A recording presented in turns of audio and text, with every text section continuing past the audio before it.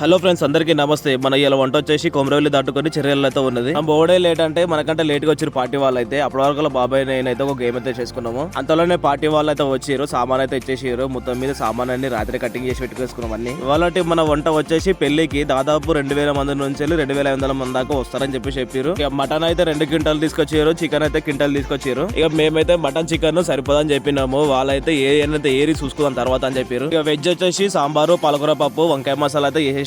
Mutton పొద్దున్నే వచ్చింది, mutton అయితే అయిపోయింది. అట్లనే చికెన్ 2 లగాన్లు ఎక్కించేసినాము, క్వింటల్ కదా. రైస్ అయితే 2 క్వింటాల 30 కిలోలు అయితే వేసినాము. అది కూడా సరిపోదు అంటే ఏనైతే ఏరి ఫస్ట్ తర్వాత చూద్దామని చెప్పారు వాళ్ళు కూడా. ఎంత మందికి పెరుగు భగవాన్లలో కలిపితే కాదని చెప్పేసి ఏకైక డేక్ పెట్టి డేకులు అయితే కలిపేసినాము. ఇక పెళ్లి టైం వరకు అయితే మనం చెప్పిన ఐటమ్స్ అన్ని అయితే కంప్లీట్ అయిపోయినాయి. ఇక లంచ్ కూడా స్టార్ట్ అయిపోయింది. మనం వండిన ఐటమ్స్ అన్ని ఒకటే దెబ్బలు ఎగిరిపోయినాయి. ఇక దేవుడా అని చెప్పేసి మళ్ళీ 50 కిలోలు రైస్ వేసేసినాము. ఇక మళ్ళీ చికెన్ వచ్చేసి 60 కిలోలు వండినాము. ఇక లాస్ట్ కు వండిందంటే సరిపెట్టేసి మొత్తం మీద. Please subscribe.